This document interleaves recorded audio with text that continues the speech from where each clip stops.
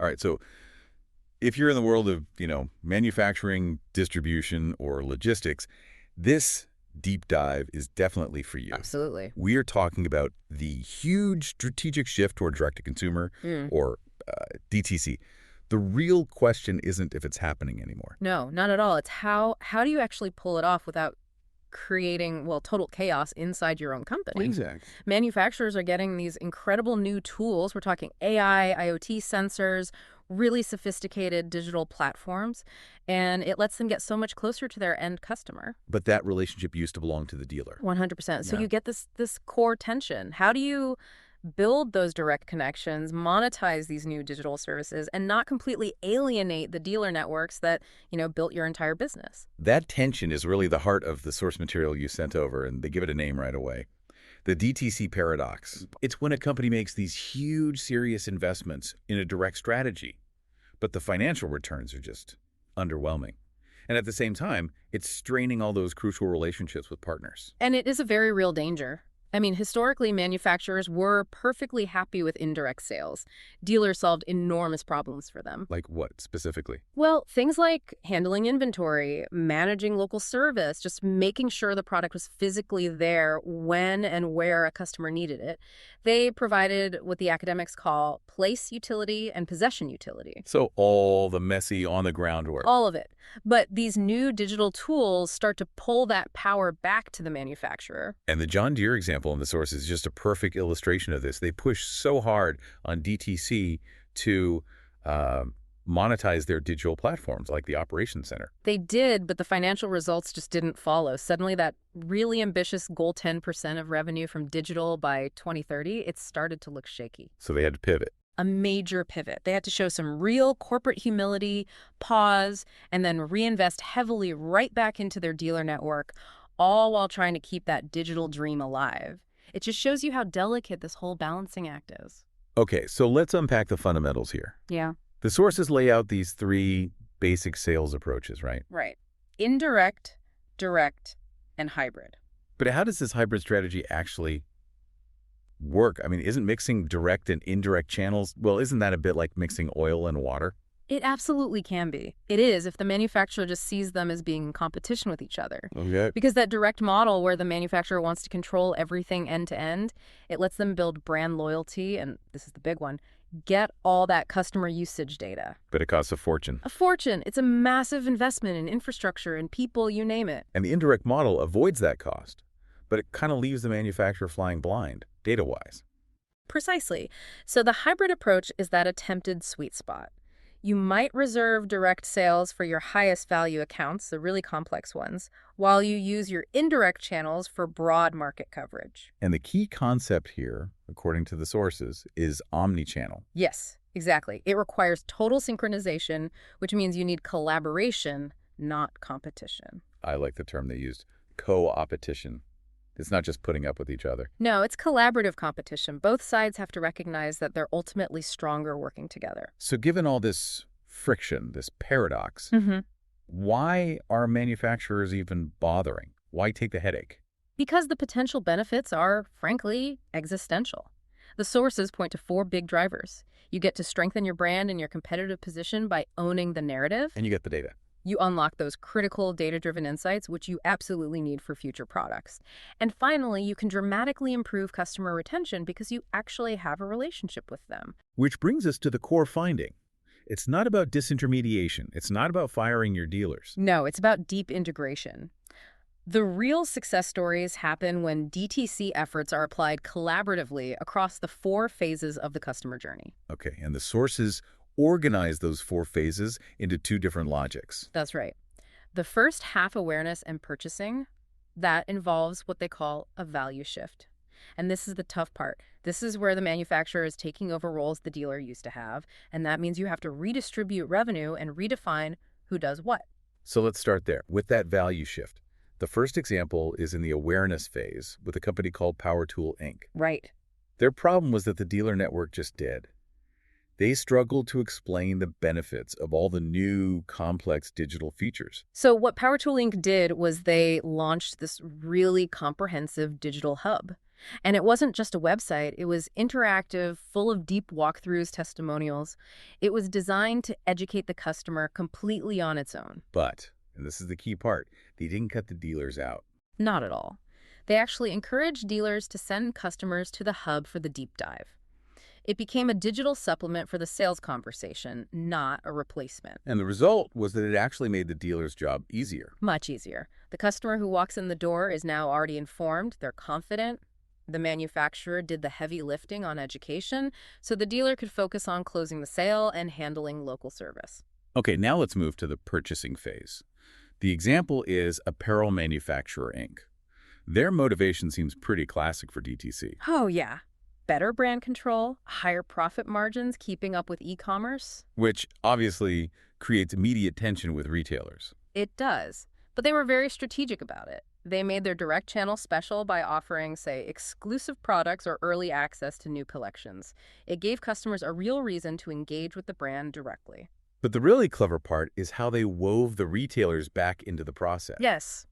They included select retailers in their digital fulfillment network. So you, the customer, could buy something directly from the manufacturer's website. And then choose to pick it up at a local partner store. Exactly. That is true omnichannel fulfillment.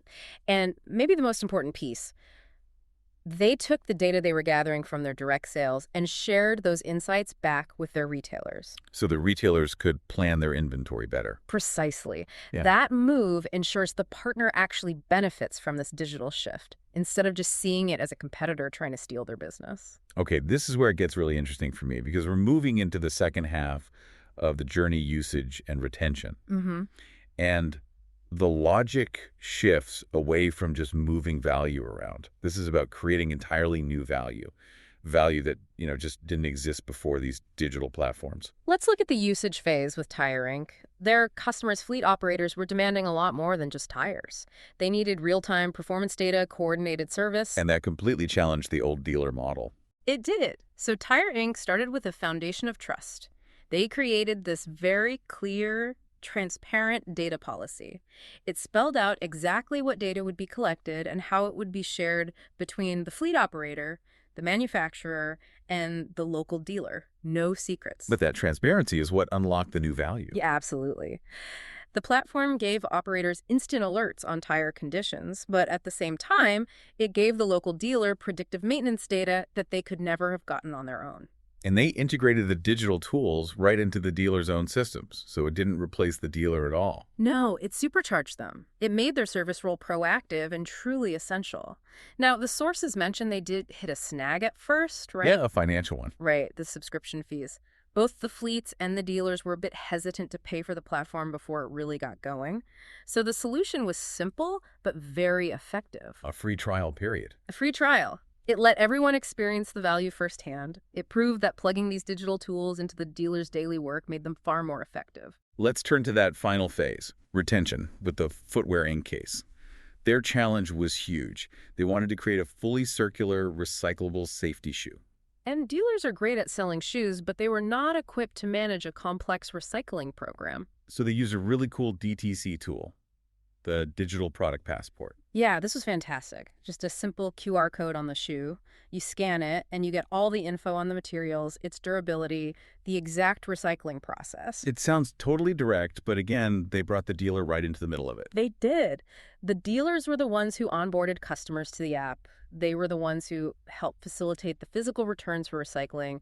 They became sustainability advisors. And all that data, how long the shoes lasted, why they were return-fed back to the company. Exactly. Which allowed them to give personalized recommendations and even create a subscription model for safety footwear. It was a complete loop. So you get higher recycling rates, the company hits its sustainability goals, and the dealer becomes this trusted advisor in an ongoing relationship. It's a win-win-win. And if we pull back and connect all four of these cases, some universal truths start to emerge about how you handle this DTC paradox. The sources highlight four big similarities. First, every single one of these initiatives carries that risk of the DTC paradox. You can invest a ton of money and still end up with conflict. Second, you need strategic coordination across all four phases. You can't just nail the sales part and ignore retention. It all has to work together. Third, scalability is make or break. If the costs are too high before you get enough people using it, the whole project fails. And fourth, they're all interdependent. The data you get during the usage phase directly improves the service you can offer in the retention phase. But the real aha moment for me was the critical difference in the business logic. Fundamentally, yes. In awareness and purchasing, you're in a value shift. You're essentially fighting over, or at least redistributing, existing roles and revenues. It's tense. But then, in usage and retention, the focus shifts completely to new value creation. These are services, predictive maintenance, subscription models, circular economies that simply did not exist before, and they are co-developed with the dealers. That synthesis is so powerful. It really pushes back on this idea that DTC has to be a zero-sum game, a hostile takeover. Exactly. With the right strategy, collaboration, clear data integration, this digital transformation can actually reinforce your channel partners, not destroy them. So what does this all mean for you, the person listening, the manufacturer, trying to figure this all out? I think it raises a really important question you have to constantly ask yourself. Before you launch any new direct program, you have to be really critical and ask, is this initiative generating brand new shared value for everyone? Or is it just a clever way to redistribute existing revenue and, start a fight? A conflict you might not win. A conflict nobody wins in the long run. The path to sustainable growth, as these cases show, is almost always found in creating that new value with your partners, making sure they have real skin in the digital game. Well, we hope this deep dive into the DTC paradox and these 4 phases of collaboration gives you a solid framework for how to integrate digital transformation without alienating your most essential partners. Thank you for listening to today's episode of our Digital Servitization Exchange podcast. We hope the insights sparked new ideas, challenged assumptions, and brought clarity to the evolving world of service and digital-driven business models.